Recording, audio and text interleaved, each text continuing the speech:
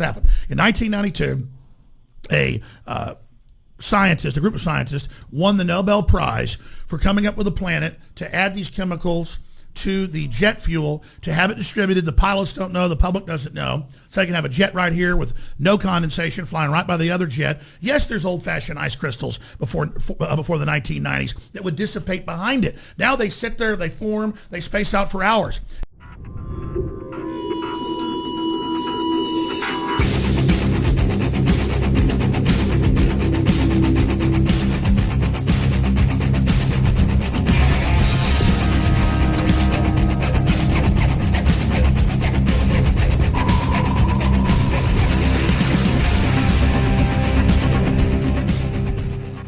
First, the one example is turn it up all the way. All the way. Is that the loudest? Another example is the array of technologies, often referred to collectively as geoengineering, that potentially could help reverse the warming effects of global climate change. One that has gained my personal attention is stratospheric aerosol injection, or SAI, a method of seeding the stratosphere with particles that can help reflect the sun's heat in much the same way that volcanic eruptions do. An SAI program could limit global temperature increases, reducing some risks associated with higher temperatures and providing the world economy additional time to transition from fossil fuels. This process is also relatively inexpensive. The National Research Council estimates that a fully deployed SAI program would cost about $10 billion yearly. As promising as it may be, moving forward on SAI would also raise a number of challenges for our government and for the international community.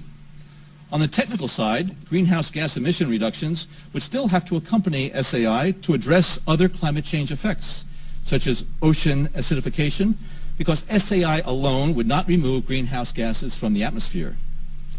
On the geopolitical side, the technology's potential to alter weather patterns and benefit certain regions of the world at the expense of other regions could trigger sharp opposition by some nations. Others might seize on SAI's benefits and back away from their commitment to carbon dioxide reductions. And as with other breakthrough technologies, global norms and standards are lacking to guide the deployment and implementation of SAI and other geoengineering initiatives.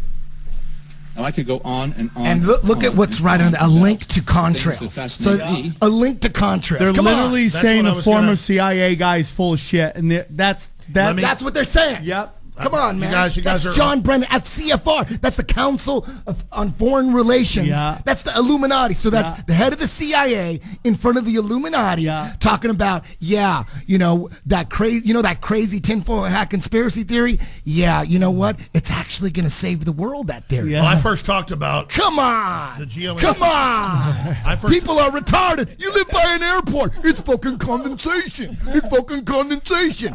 Fucking idiots.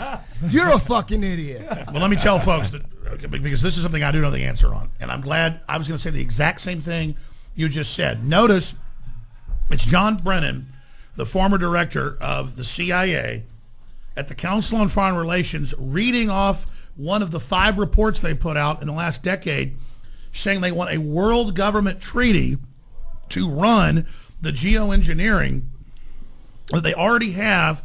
The Department of Energy spending $5 billion a year with key additives to the jet fuel that then, with the patents that are patented, aerosolize the aluminum dioxides, barium salts, and other things out to, quote, create nuclei in the atmosphere to create the condensation that then blocks rays. So yes, it is condensation, but it's got toxic aluminum dioxide, barium salts, and also different types of radioactive strontium. Exactly in it. This is admitted, and now they've gone to the highest levels of the world government, trying to get every country to have jet fuel makers add these chemicals, just like they had fluoride to the water, at an industrial level to put it all out. And then here's John Brennan, the head of the CIA at the time, saying we want a world government to do this, saying we're already doing it, saying we can save the planet from the made-up global warming, because I'll give you the real reason for them doing it in a moment.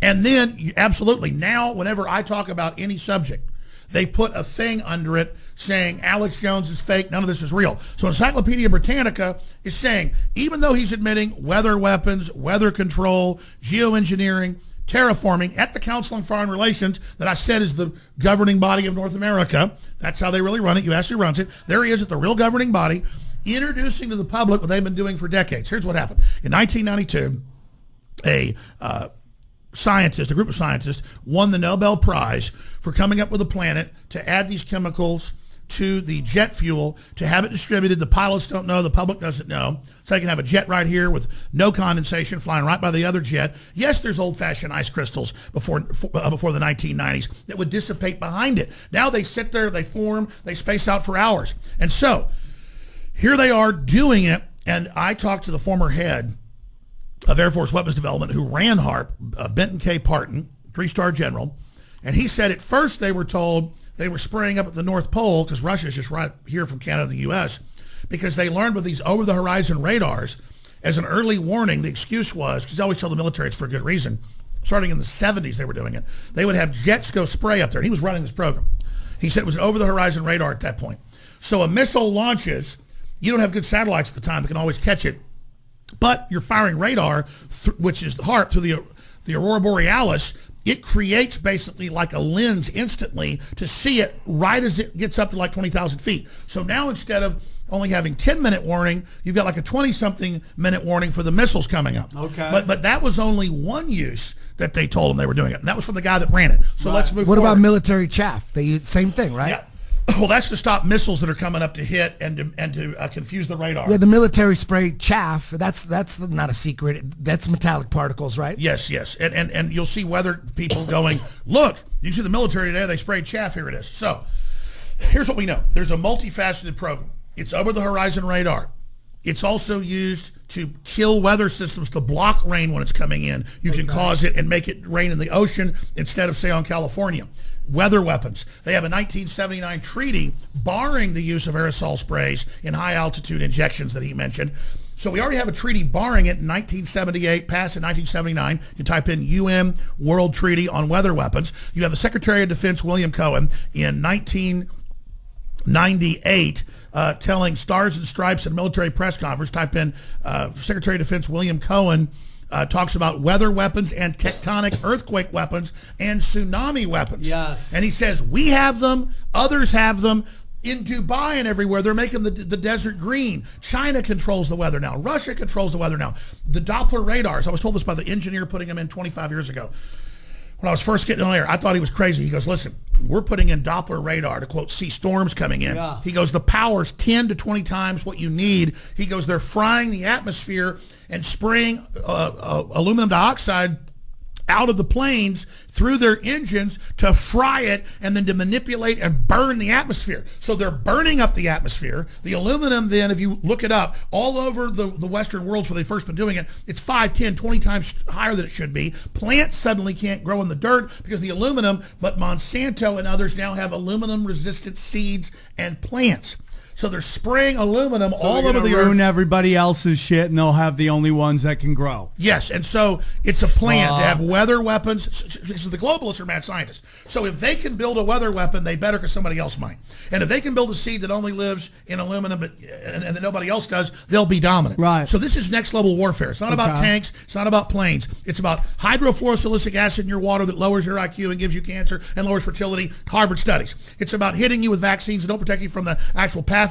It actually makes you sick and actually lowers your immunity. They even admit on the insert. It's not about protecting us from the sun. It's about frying the atmosphere and actually making it toxic and worse. It's about killing the soil. It's about total world government. It's about 1 in 35,000 having autism. 30 years ago, now it's 1 in 58. It's about a world exterminus depopulation program being carried out against all of you. And you just heard the CIA head admit it, but they tell you because it's so credible, oh my gosh, it's not real.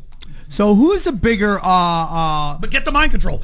They're because it's the same on Google. Does it have anything to do with 5G? Absolutely. What's 5G? How does 5G and chemtrails? How do they HARP? Connect? What is HARP? It's an electromagnetic array. I had the also technical director of HARP on one time. This is like 18 years ago. Somebody's got to find it online. Nobody can seem to find it in my archives. But about 18, 19 They're years wiping shit off the internet, aren't they? Well, listen to this. I get a call from an Air Force colonel to my producer. My show is already on about 100 stations. And they said, hey, the director of HARP is a civilian. He'd like to come on, but we're going to control it because he's the civilian director, but the military runs this. He comes on, he goes, Alex, it's all fine, don't worry about it, blah, blah, blah. You don't need to have Dr. Nick Bagich on anymore. He lived up in Alaska, and his brother's a senator and all that. It was exposing it. But all of a sudden during the break, the colonel pops in and goes, hey, he's going to have to get off because of what he just said. He said on air, oh, it's so fun. We can turn it on at night and ignite the atmosphere into fire. And the head of HARP on my show, Mad Scientist, said we can ignite the atmosphere. Yeah. And so you're asking, what is Doppler radar? A high-powered antenna array manipulating the atmosphere. What is 5G? Millions of arrays manipulating the atmosphere. What is HARP? Big antenna. So if you look it up, Dubai, turning the desert green, and then you look up Daily Mail articles and Smithsonian articles, and it's antenna arrays that are actually Doppler. It's the same antenna blasting the sky so that desert particulates then get electrical. They take on water, forming larger nuclei, and it makes it rain. So basically, it's just terraforming, but they don't want us peasants involved in the debate about it. So he all double talk. Brennan said, but other countries are nervous and won't work with us. So we're going to keep it secret that we're already doing it, but I'm here giving you a report that we've already perfected this. So is he? How treasonous is John Brennan? Is he up there with Benedict Arnold? I mean, John Brennan and Clapper and all them spied on Trump during the election, tried to stop him from getting in. They're running deep state CIA people for Congress everywhere and getting him elected. And it's just nightmarish. Trump represents a group that doesn't want to give kids autism, that doesn't want world government, and that doesn't think that the United States should be destroyed. He's not even perfect. But under the globalist plan, it's total exterminism, and Trump represents a group that doesn't want to kill everybody. Okay.